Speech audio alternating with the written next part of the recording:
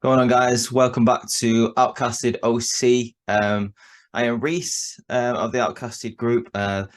This is not going to be your typical Smackdown review. This isn't really me, critiquing what we saw on the TV last night. It's going to be more of a me going over the tribute show that WWE put on for us. All the memories that we saw from Wyndham's life, aka Bray Wyatt. All the memories that we saw from Terry Funk over the night on SmackDown. I have the unfortunate job and also at the same time the distinct pleasure of doing this video for you guys.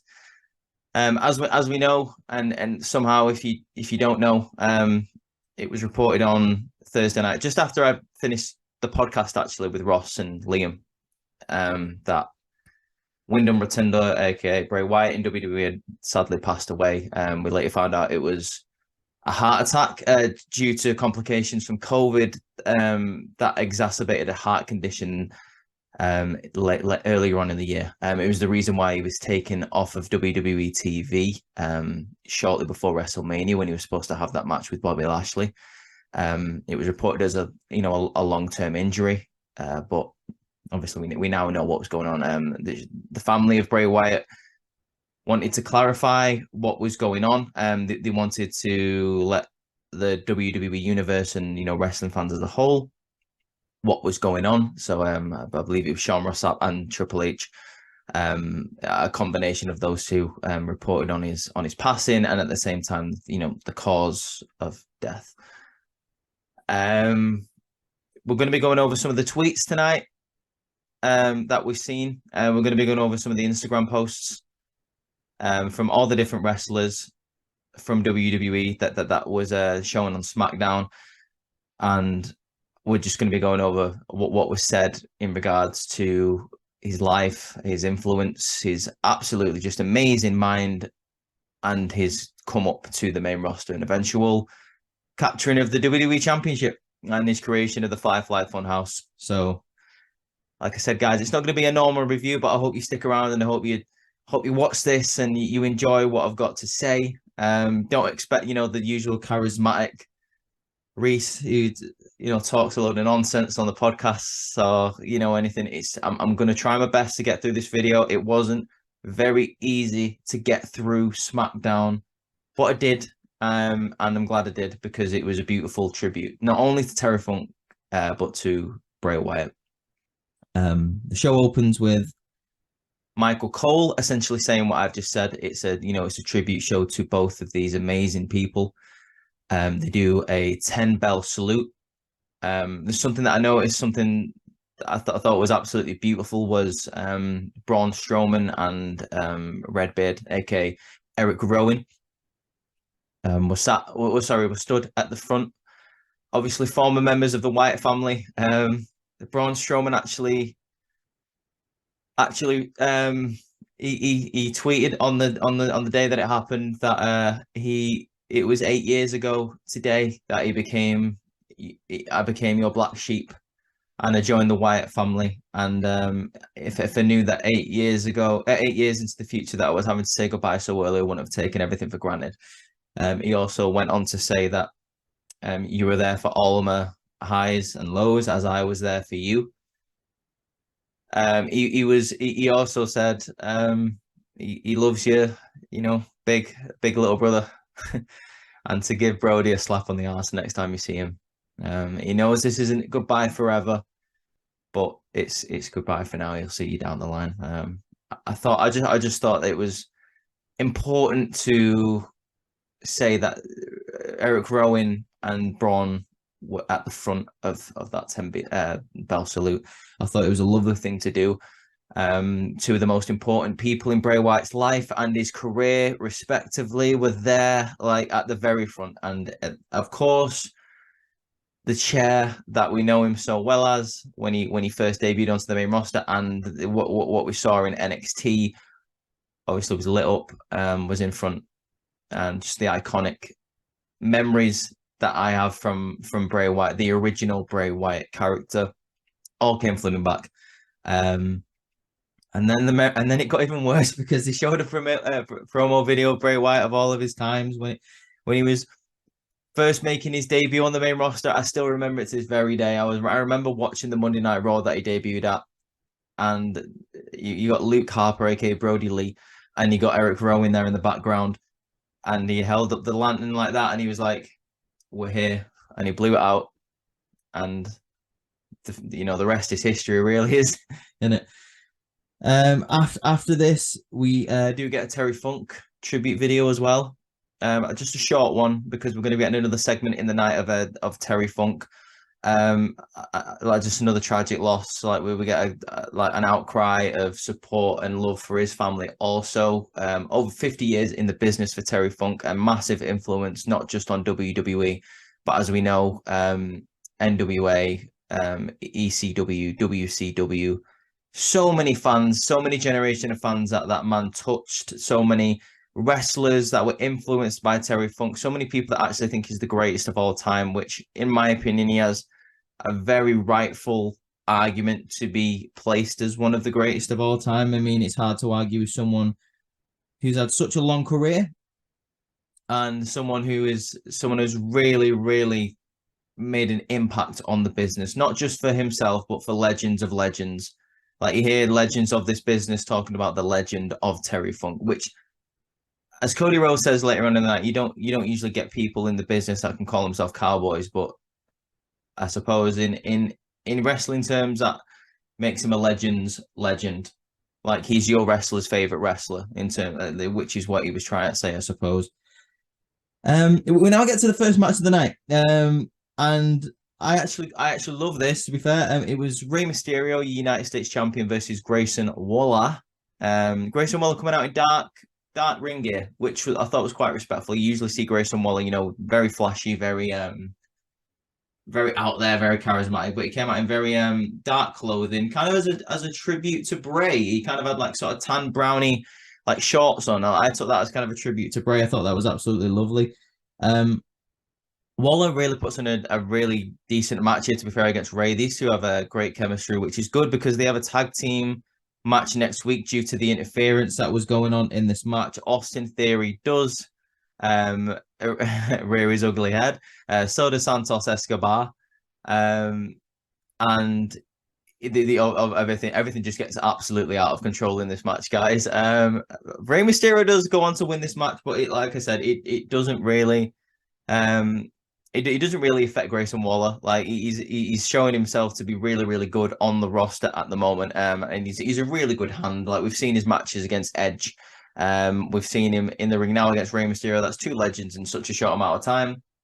He was really putting a good performance with. This was a solid match, and one of the only matches that you'll see tonight. There wasn't that many matches. But like I said, that wasn't the point for tonight. We now cut to quite a few tweets. I'm just gonna like read out the people who we've seen a tweet from. We've seen. I've already spoke about the Braun Strowman tweet. We get a tweet from Big E. We get a tweet from Bria. We get a tweet from Miz, Kevin Owens, Bayley, and The Rock. What I thought was beautiful about this is Big E and Kevin Owens really spoke about how Bray Wyatt or Wyndham was one of the first people to be really nice to him, to be welcoming, to new people who were coming into the business or like, making their debut, like, to the mainstream WWE. He was one of the first people to be very nice to him, to be understanding, which I suppose I can totally see. Seeing as he came from a wrestling family and, he knows the business well. So he must understand how it feels for someone to be coming into such a tight-knitted organization and feel very left out. The Rock was talking about what a creative mind that Wyndham had. He was talking about what kind of an influence that he had on even The Rock, when he was backstage, like the ideas that he saw Wyndham having was amazing. He was only just getting over the loss of the GOAT Terry Funk last night, and now he has to deal with the loss of Bray Wyatt. And he was saying he was sending his strength and his mana to his family, and everyone is pretty much saying the same thing. Like you've got Rhea Ripley there saying she's lost for words. You've got you've got the Miz saying like, he can't believe what's going on. Like, but everyone is basically saying the exact same thing. That is, and then I think this is the most important thing, that they're all sending the love. They're all sending the love to his family, his friends, everyone who knew him, his brother, his sister, his fiance JoJo is it really shows what kind of a person Bray was. Just because of the amount of love that has poured out for him over tonight on SmackDown. I thought it was absolutely beautiful. There was something else that I really liked as well. Corey Graves talks about going to FCW with Wyndham way back when they first started getting into the business together. They said it was scary. They was all trying to scratch and claw, just for a contract with WWE. They all didn't really know what was going to happen, but you always could rely on Wyndham to be there to make him laugh and to cheer him up. And I suppose that never went away, because there's so many people who said that's what kind of a person he was in the locker room, which I thought was amazing to see. Again, just to see what kind of a person he was backstage, what a character and what like a presence he was in the ring and in promos, but also the side of Wyndham that we didn't get to see, the side that the locker room knew better than anyone, that he was a lovely, caring, kind, passionate in that person, that really, really had an impact on not just this generation of wrestlers, but legends that met him and knew his work and how integral he was to the creative side of this generation's wrestlers. We now go to backstage, where there is a Io Sky interview, and Kayla Braxton basically says, she's beaten you twice. How do you feel about the women's championship match tonight? Before she has a chance to say anything, Bayley speaks for Io and says to Kayla, you try to get into the LWO. Well, I heard they hire just short people. It's funny because like Io's stood right next to her. Who's like, one of the tiniest people I've ever seen hold any title in WWE,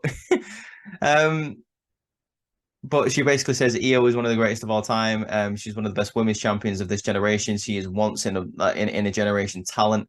And tonight she's going to prove it and beat Zelina Vega, which, by the way, she does. And there's nothing really much to say about this women's championship match. Obviously, I think it was pretty obvious that Io was going to beat Zelina Vega, but it was quite a nice match. Obviously, you got damage control outside, distractions, getting involved and stuff like that. There's a point in the match where Zelina Vega goes for a beautiful meteor. It looks like she's going for a frog splash in to pay homage to Eddie. But she goes for the meteor instead. It's absolutely beautiful. Io Sky kicks out. Zelina Vega goes for the code red.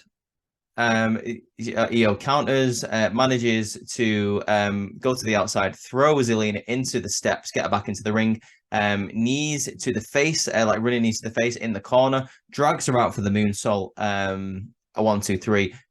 Io is still your champion. It was a great match, but obviously I thought it was quite obvious that Zelina wasn't going to win. I mean, Io's not going to win. Io's not going to lose. Sorry, in a first title, a title defense. It's not going to happen. We go to some more tweets and Instagram posts now, from Cody Rhodes, Baron Corbin, Ric Flair, Vanessa Hudgens, Kane, and Alexa Bliss. If you didn't recognize one of those names, Vanessa Hudgens is the person, I had to look this up because I haven't watched it, who played one of the characters in a High School Musical. Apparently she was a big Bray Wyatt fan, even though she's never met him before, but she was looking forward to his return back to the main roster.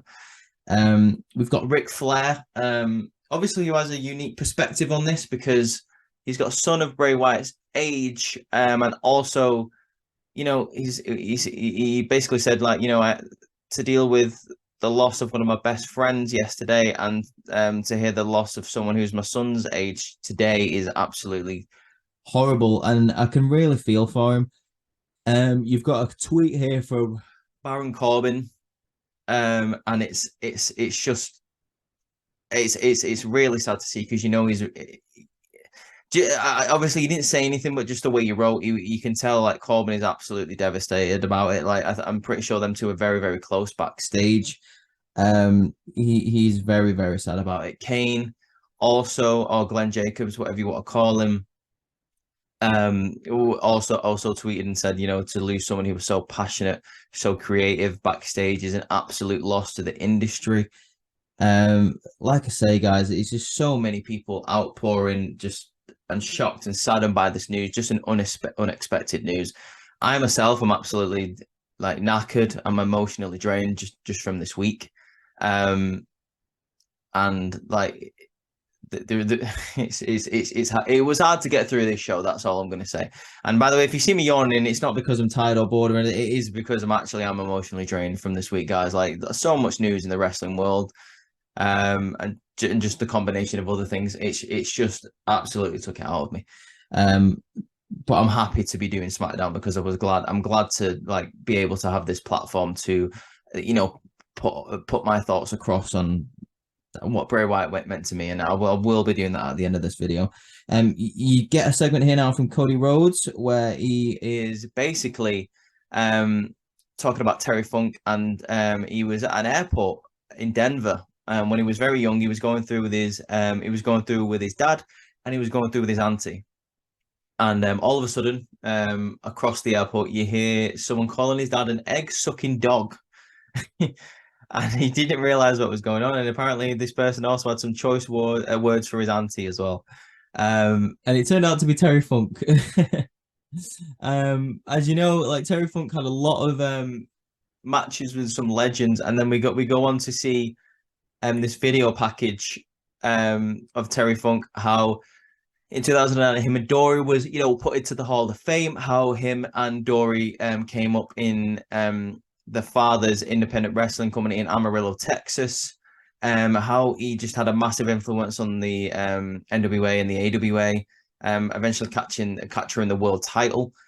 He came up to the WWE in the 80s. While all this is going on, he's having amazing matches with people like Ric Flair, people like Dusty Rhodes, just fantastic people. And then for me, it starts talking about the bit where I was kind of more introduced to Terry Funk in the 90s in WCW, in ECW, and in WWE. One of the first matches that I had ever seen was the One Night Stand in 2006.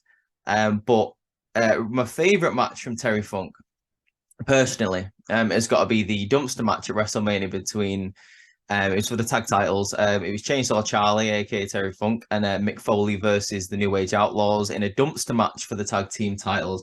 I love this match. It's one of my favorite matches at WrestleMania 14, and it's just one of my favorite Terry Funk matches. That's how I was introduced to Terry Funk. It was my phone agrees with me. I should really put that on silent. I do apologize, guys. And then it also talks about the work that he basically did in WWE, like making the hardcore rules matches iconic in wrestling. Cody Rhodes talks about how, I said this early in the video, that not many people get to be called cowboys in this business. But Terry Funk and Bray Wyatt was one of them, just because of the passion that they had for the business. Just a beautiful segment. And he says, and with that being said, I have the distinct pleasure of telling you guys that the next match is going to be under hardcore rules. It's going to be a Terry Funk hardcore rules match. And the next match, of course, is a tag team match between just like this. There's so much just stuff to deal with on the show, guys. I'm just lit. I had to like listen to the whole Bray Wyatt thing. And then I'm listening to Cody talking about Terry Funk, like, and it's just all like, no, it doesn't stop hitting you. And right, so anyway, the tag team hardcore match is between the Street Profits, the newly formed, business Street Profits versus the Brawling Brutes. And before we get to that, it shows another segment of Bray Wyatt winning the world title. I believe it was 2017 Elimination Chamber, where he captured his first WWE Championship, and he came out the next week on SmackDown, and he held the title up and he said he's got the whole world in his hands, and I'll never forget that, because for me, I never saw Bray winning the title in the Elimination Chamber, and I was so happy when he did, and just like, I just remember that show of him stood there in the middle of the ring, and obviously he was trying to stay in character. And like all the crowd was chanting, "You deserve it, you deserve it," with the fireflies. And he says he's got the whole world in his hands, and he did have the whole world in his hands. But like someone's come up from where he came up through FCW, through NXT as Husky Harris, back down to NXT to create the Bray Wyatt character. What we saw, how he cultivated that between, how he was able to take so many different influences and make one character that we were all interested in. To come all the way up to the big time and to capture the biggest prize in the industry was like, it must have meant the absolute world, not just to him, but to his family. The fact that the company has put trust in him, and like the fact that he was able to cement his name in history as a WWE champion must have meant so much to him and his family. To Bo, to his dad IRS, great character in himself. Must have been an honor to see his son up there with the WWE Championship. But anyway, guys, we're getting to this hardcore tag team match. Which I'm not gonna lie, it wasn't really a hardcore match. There was a table spot at the end. There was a bit where Butch was trying to like rip the ear of of Montez Ford off a little bit, like at the start, like on the announce table. But this wasn't that much really. It was more like a tornado tag team match. But it is what it is. There was a table spot at the end, which was good, which allowed the Street Profits to win. Bobby Lashley is at ringside, and Pete Dunne or Butch goes to get the table, and he accidentally knocks into Lashley, and Lashley is just like, and it eventually ends up costing him because Lashley does take out Butch. And then that leads to the Street Profits putting Rich Holland through a table. 1, 2, 3. Street Profits wins, which is the right decision. They try to build the Street Profits as this new, big threat in WWE. So it is the right decision. We get a bunch of more tweets now and Instagram posts from Shawn Michaels, Sami Zayn, LA Knight, Natalya, Mick Foley, Io Sky, and John Cena. One of the ones that captured me was the LA Knight one, where he didn't say anything. He just posted the picture of up. I remember when LA Knight first came up to Smackdown, and it was just a segment where he was having an interview, and then him and Bray Wyatt were just, you need to saw my notes then, guys. Pause it, you'll see him. Him and Bray Wyatt like sort of had like a picture backstage, where because they were just about to start having a rivalry. Of course, LA Knight was the last opponent for Bray Wyatt, which is why he's in the main event tonight against Finn Balor. I thought that was really nice. Cena was talking about how how he was such a creative person backstage. Just so many people have said that. He was talking about the impact that he had on him, as in Bray had on Cena. He must have come up with so many creative ideas, which made Cena like sort of take a step back and realize like what kind of person Bray Wyatt was. Do you remember the match that they had at WrestleMania? I believe it was 36, back in lockdown, when we all needed a little bit of escapism because all of us were trapped in the house. WrestleMania was at the Performance Center. It was empty, it was echoey. And Bray Wyatt and Cena really did that. Like we had like a really, really unique match between those two people, and that combined with the Undertaker AJ Styles match really made that WrestleMania for me. So I was very grateful to Cena and Wyatt talking about that. Obviously, Shawn Michaels knows Wyndham very well. Shawn Michaels has been part of the developmental of new talent for a long, long time now. So him and Bray probably had a lot of conversations. I felt very, very sorry for Natalya here because obviously she grew up with Wyndham, and the Rotundas and the Neidharts and the Hearts are, I'm assuming, are quite close. So they would always like apparently play together when they were children, when they were a little bit younger. So this must be like a really hard time for her. She must be really just, I don't know, in shock because like it's not like he was old, guys. He was 36 years old, and Nat is around the same age. I felt very sorry for her in this because it's a loss of a very close friend. Mick Foley also showing his love here, saying how he was honored when he was the Fiend, and he decided to use the mandible claw as his finishing move. He was honored to know Bray as a person. And he's, like I said, all of these people just as the same, all are saying, love to his friends and his family. And I think that's, like, again, I'll say it again, I think that's the main point that we have to think about. 100%. Like that is literally the point of this, guys. I think it's important that we are all there. And by the way, just before this video ends and before we get to the main event, I do want to say all merchandise on the WWE shop, on Teespring, everything Bray Wyatt, Wyndham Rotunda merch, all of the proceeds go to his family and his children, all of it. So if you ever wanted to pick up some Bray Wyatt merch, if you ever wanted to pick up some Fiend, Wyndham Rotunda merch, whatever, now is the time. I know I will be, because it's there for a reason. It's there for it's there for a good cause. So go pick up some Bray Wyatt merch if you need to. We now go to a segment where TMZ has caught up with The Miz before he's headed into a supermarket or a mall, as you Americans call it. And he's talking about how LA Knight is popular. And Miz says, if LA Knight's that popular, why are you following me into the store? You know what I mean?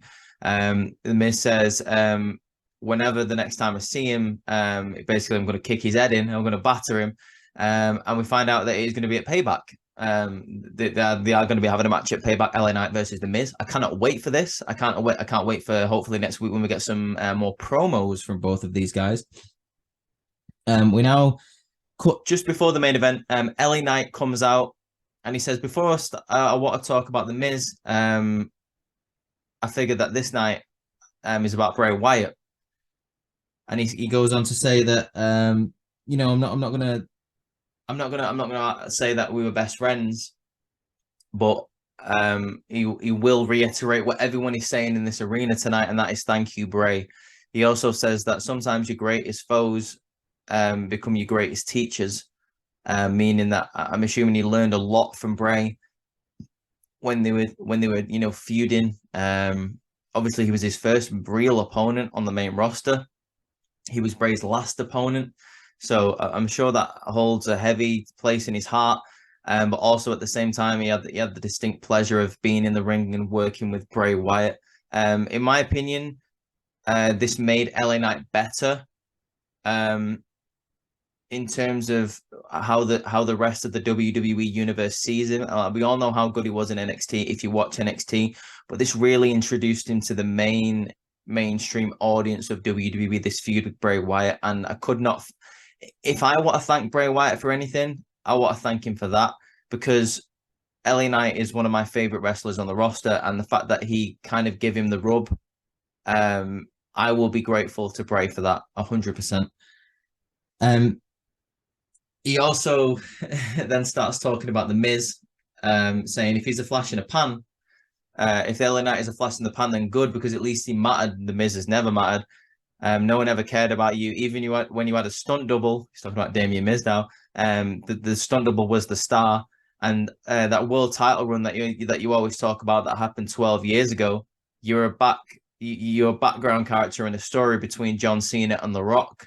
So like hitting the Miz quite hard, and then he goes on to quote Bray Wyatt, and he says, as a great man once said to me, the next time I see you, run.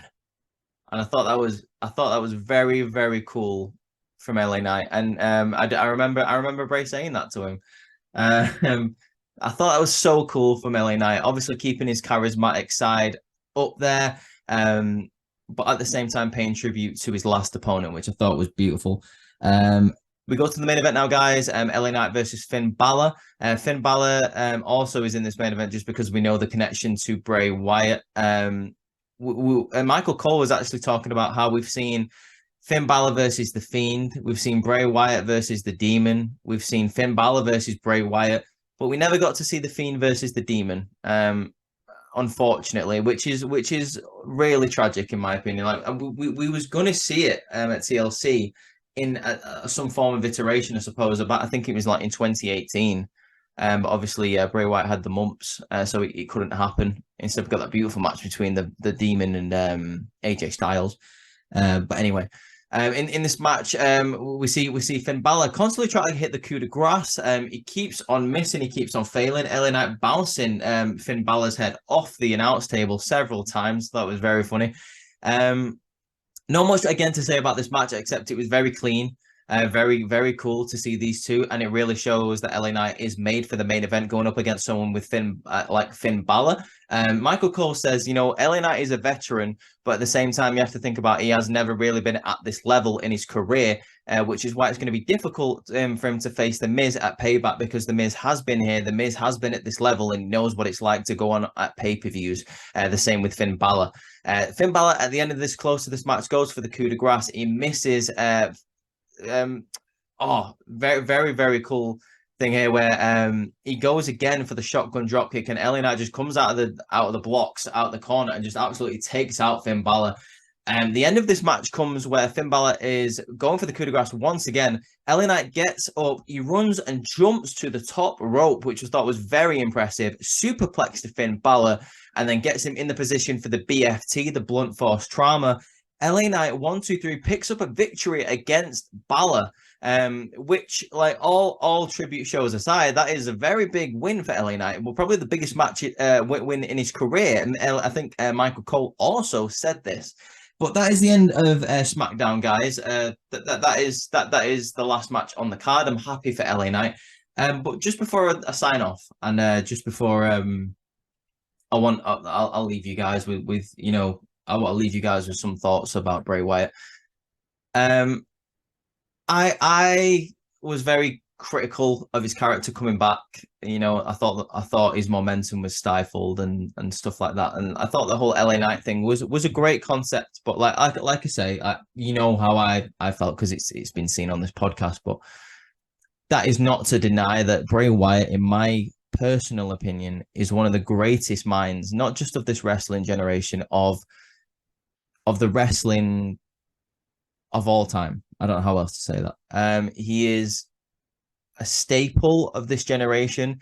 We've seen the influence and the impact that he's had on people like Braun Strowman and Eric Rowan. What he meant to Brody Lee. What he meant to people like Becky Lynch, who posted a picture of them two. I thought that was very sad. What he meant to, like, the whole WWE universe, all the Fireflies, like, holding up, he's got the whole world in his hands. When he first came to the main roster in 2000, I believe it's 2013, I was instantly fascinated, because I've always had a fascination with the characters like the Undertakers, the Kanes. So I was like, this is a new wrinkle, a new version of this in WWE, which was absolutely down for. The rivalry that he had with Cena, I thought it was very, very cool. The rivalry that he had with Daniel Bryan, when Daniel Bryan joined the Wyatt family for that short space of time, I thought that was such a good segment.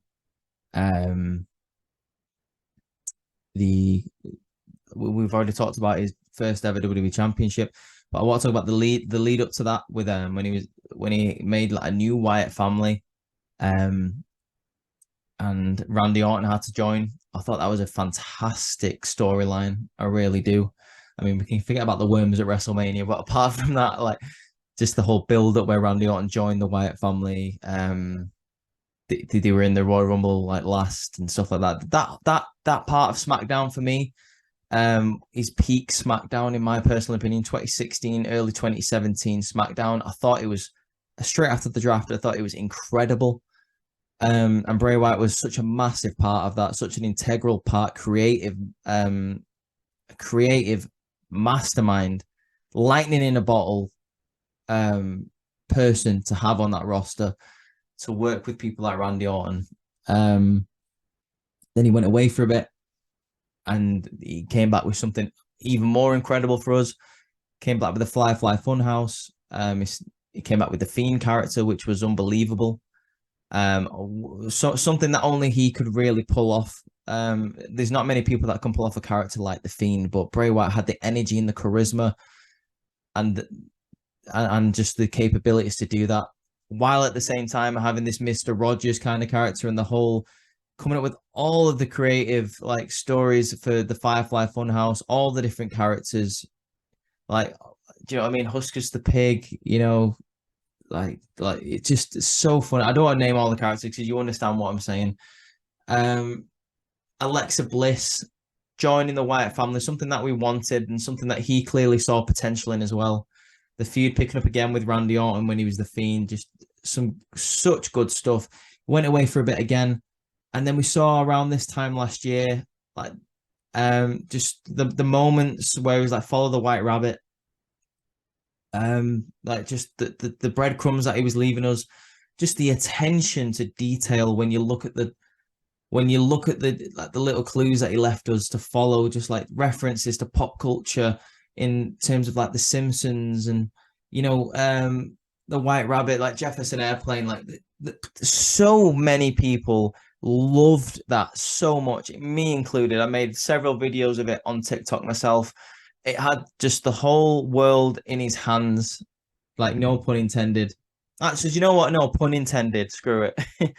um, and the fact that he came up with all of that, and he didn't just go, "Hey, I'm Bray Wyatt, I'm back." No, I'll never forget the Extreme Rules where he came back, and it was one of the greatest re-debuts or just debuts ever.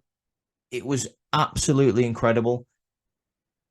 And on a personal note, when he first came back to SmackDown, and he was this is the first thing I thought of when I learned that he passed away. Like he came to the ring not as the Fiend, not as Uncle Howdy, not as any of that. He came to the ring the most genuine as possible, and he says, you know, you were there when I was lost, when I was down, when I was at my lowest. So I just want to say thank you. And it's it's hard to believe that it was less than a year ago. And it's hard to believe that we'll never see anything from Bray Wyatt again. Like we've lost such, like I say, lightning in a bottle, once in a generation talent, mind in the ring, character, influence. Uh, we won't see any more of that from Bray, but we can.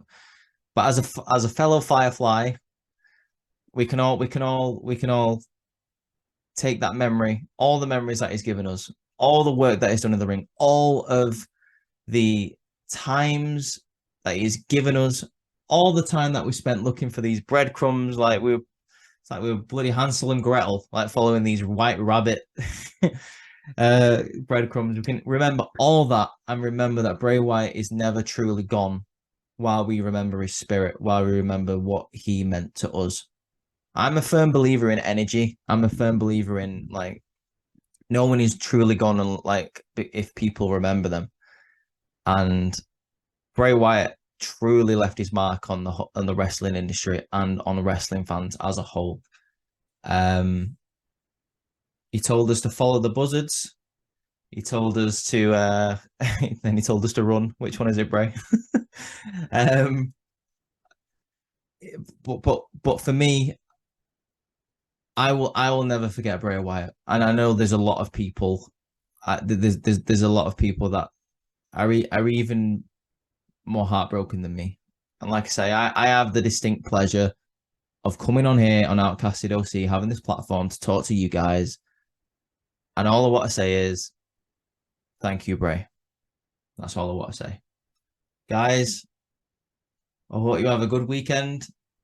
Take the time to grieve Bray, take the time to remember Bray, and make sure you keep him in your hearts and in your memories and send love to his family. Take care, guys. Enjoy All In if you're watching it. I'm sure they'll have something to do with Bray Wyatt as well, or Wyndham. But for now, this is Reese from Outcasted OC, remembering Bray Wyatt. And you know what? You know what? Let's do it. Let's do it. I think this is the way to end it. And I don't care if it'll mess up the camera. Okay? This is how we're ending it. Thank you, Bray. Thank you, Bray.